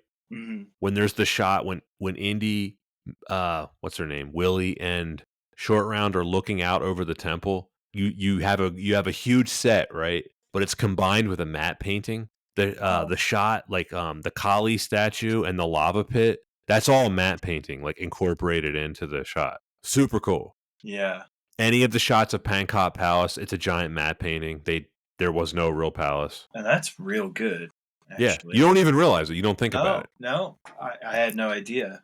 Yeah, there's actually about I don't have the exact count. There's about 300 special effects shots in this film, which is, quite a bit for something released in 1984. Yeah. Now, the bridge collapse, the reason why that looks so good is because it's real. They actually rigged a rope bridge to collapse. They used full-size dummies with servo motors inside to make the limbs move realistically. It's an incredible effect. It's completely convincing. The dummies look like they're kicking and flailing around when the bridge gets cut because that's what they were doing. That's wild to me. I thought that was like stunts. You know what I mean? That was like a full-scale thing they did. It's so cool. That's wild. See, that's what I mean, man. Like, constraints make for some really incredible effects, incredible stories about those effects. I don't know. It makes researching the film fun too.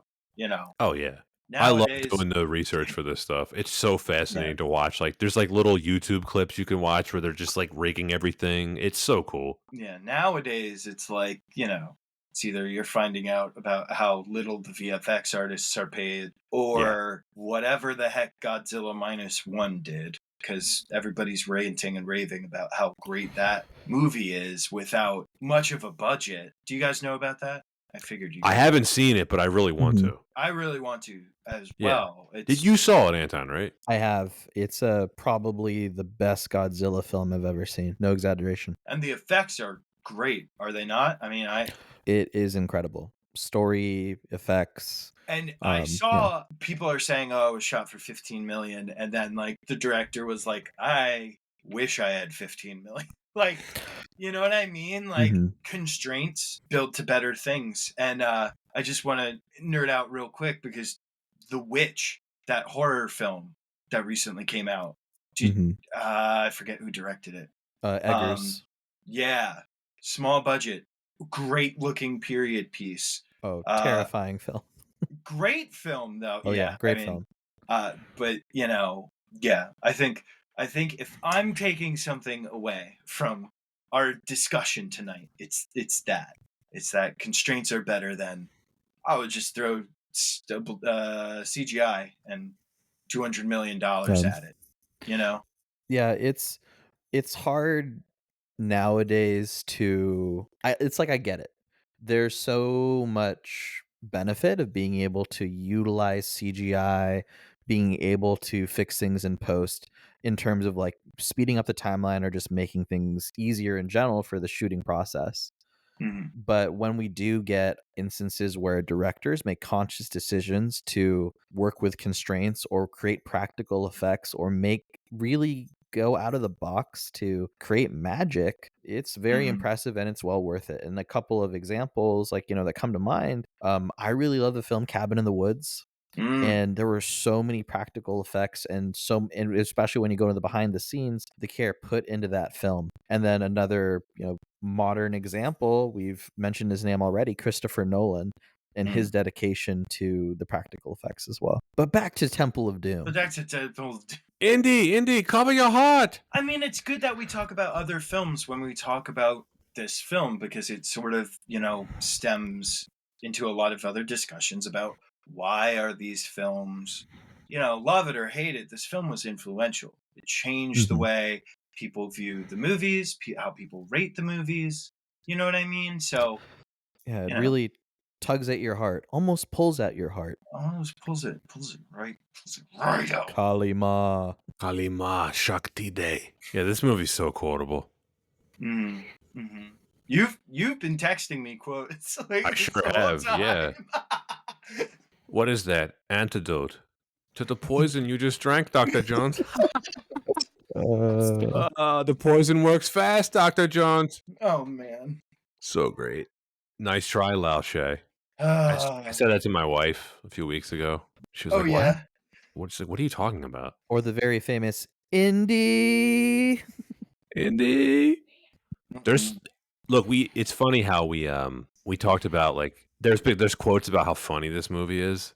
There really is great comedy in this film when the plane's about to crash and the engines are just shutting off and they're just like looking at the engines and she's like she's like, do you know how to fly a plane? He's like, no, do you? Yeah, so no, you're right. It's great stuff. It is, and yeah, for all the faults you can find with it, it's a good movie. I can't find many. And there's not many. No, I don't have any more talking points left. If either of you bring your own, otherwise, I think we can wrap this up.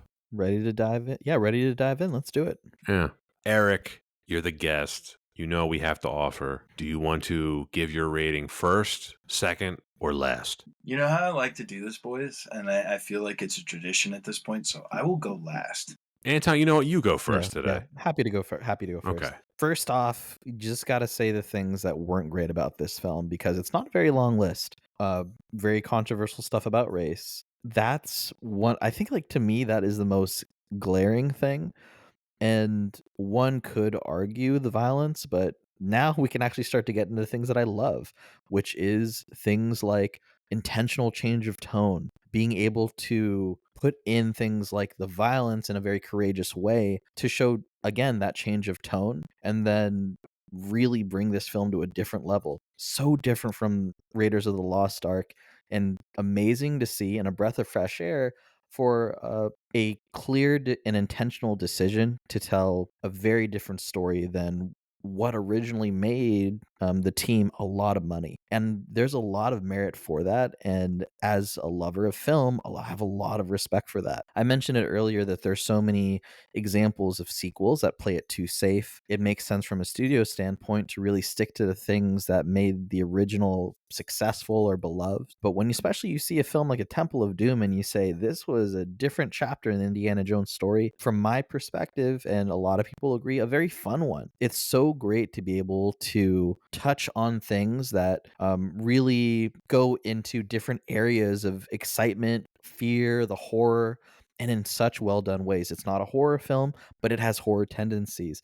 There's some drama. There is so much fun in this film, and there is a lot that we didn't even touch on that I feel like for viewers, if you've never seen Temple of Doom, go check it out. This is a classic through and through, and I feel like there's not a lot of films like it. And in that same sense, it also set a template for what we think of a lot of adventure films nowadays. I really do enjoy this film quite a bit. I feel like it's really stood the test of time and being able to be in being an effective adventure film, and one that I love. So I hope that maybe gave a bit of an indicator where my score is going to be, but it's an A minus from me. I will ding it slightly because of the racial insensitivities. The dinner scene is gross. The film has rightfully been criticized for it. Kate Capshaw's character, Willie Scott, is annoying. I don't think she ruins the film for me, but she is the weak link. That doesn't stop me from loving the rest of this film. I love this film. I love how crazy it is. It's got everything I want in a sequel. It takes things in a different direction. It's unique. It's exciting. It's scary. It's got spectacular action. It's genuinely hilarious. It's never boring, and it's incredibly well made. Pauline Kael called it, quote, a superbly made B movie, end quote. I think that's accurate. The only real knock I have against it, other than what I mentioned, is that it's just not as good as Raiders of the Lost Ark. But I do have a hot take. I think this has the best action of the entire series, even better than Raiders of the Lost Ark. It's not a better movie than Raiders of the Lost Ark, but I think it has the best action of the series. It was made at the perfect time. Spielberg was still hungry. Lucas was in the right role, executive producer who only provided ideas, and you had peak Harrison Ford. This movie is so unique, and it is the perfect example of quality over quantity. Some people lament that we never got more indie movies. I'm fine with it. Unlike the MCU, there's like 50 something whatever movies that come out twice or three times a year, or Star Wars, which has been basically beaten into the ground at this point.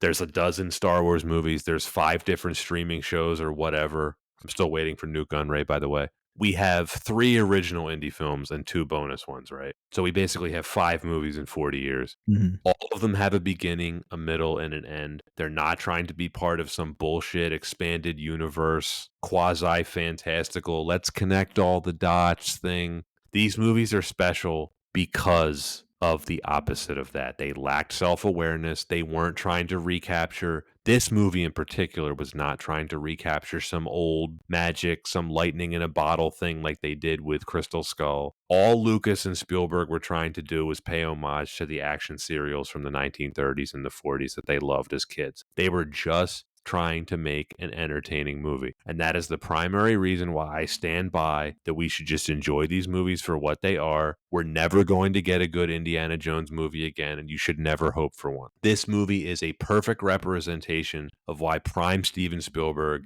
is the best filmmaker of all time. He actually took risks. He was actually trying to do something different and try to find something more entertaining than the set pieces in this film. Anton, I'm with you. This is an A-. This is an absolute classic. It's one of my favorite movies. I think it has its flaws, but I find this infinitely rewatchable. A-. I guess that leaves me then. It does.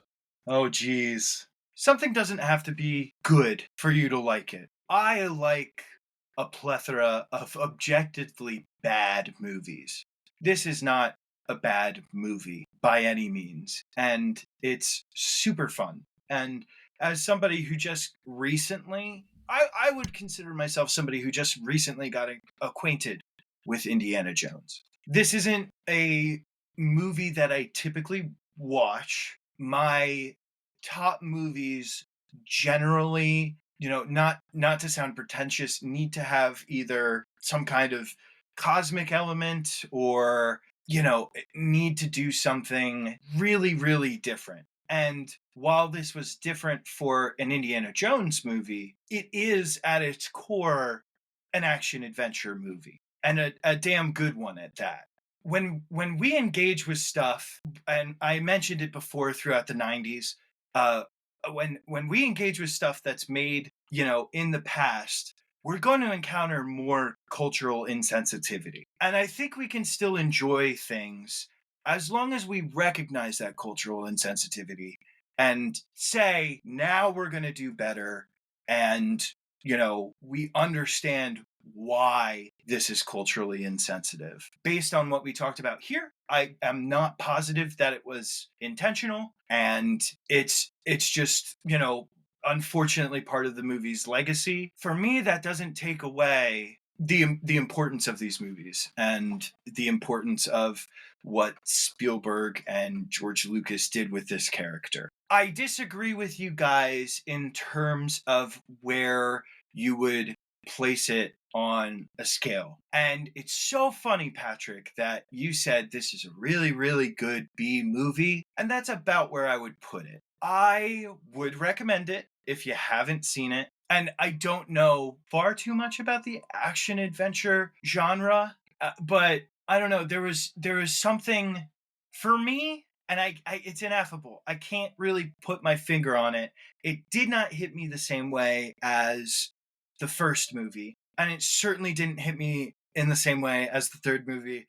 But again, that's probably because of Sean Connery. So I would put this at a solid B. That doesn't mean to say that I don't think it's great, but for me, it doesn't cross the threshold into A territory, personally. For my own curiosity, would you give Raiders an A? Yeah, probably an A-. What about Last Crusade? I would put that at about the same A-. Yeah. I do, again, unfortunately, I think this is still the weakest of the trilogy. And I if agree. I'm going to put those two up I agree there, with that. Yeah. then this one has to be down here. I've seen a lot of action adventure movies. I have never seen anything quite like this movie. I think it's completely unique, and I give it a lot of points for that. And but perhaps my score will change with context and time.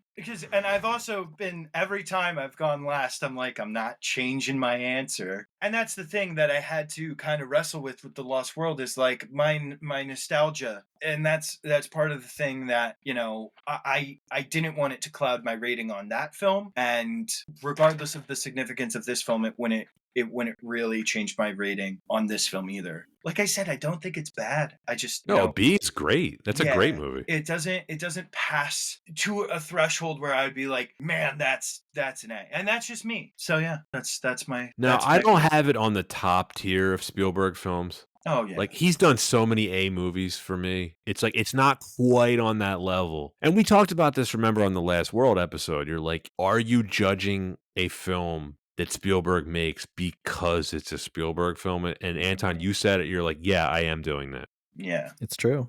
Well, Eric, I'm just glad you didn't hate it. I'm glad that we. Oh no, I'm glad I didn't have to love put it. you through another Lord of the Rings scenario. A lot of that was a little overblown, just for comedy's sake. I'll find a way to get you guys back. Don't worry. We're gonna have you back next season. It's got to be a good one. Or a bad one. Yeah, or a bad one. As long as it's fun. How about this? You find the worst movie in the next season, and I will watch that. You and Anton decide what the worst movie you guys are putting on next season. The worst movie or the one that I think you'll hate the most? Ooh, that's a good question. Yes. Okay, all right, we can do that. That is it for Indiana Jones and the Temple of Doom. Eric, as always, it's an absolute pleasure. I'm so glad you like this movie. Oh yeah. They're I told you, I like the bad ones too. I like Crystal Skull. It's not, a good movie, but I like it. It's fun. Sometimes you're allowed to just have some fun when you watch a movie. It doesn't have to be this deeper meaning or anything like that. Sometimes you're just allowed to enjoy and just have fun. Yeah, and it's that attitude why we are gonna have you back. And of course, we love having you, Eric. So thank you. Pleasure being here, boys. Congrats on a year. Thank you. Thank you. Very good. I think next week, Anton, is it Diamonds Are Forever? Why, yes, it is. Excellent. So yeah, the next week the listeners can expect to hear another James Bond movie. Yeah, Indiana Jones and James Bond, like 2 weeks in a row. Like, have fun, folks. But the listeners are eating good right now. Yeah, you could do worse. I didn't know there was a pool down there. All right, from all of us here at Why Wasn't It Better? See you next time.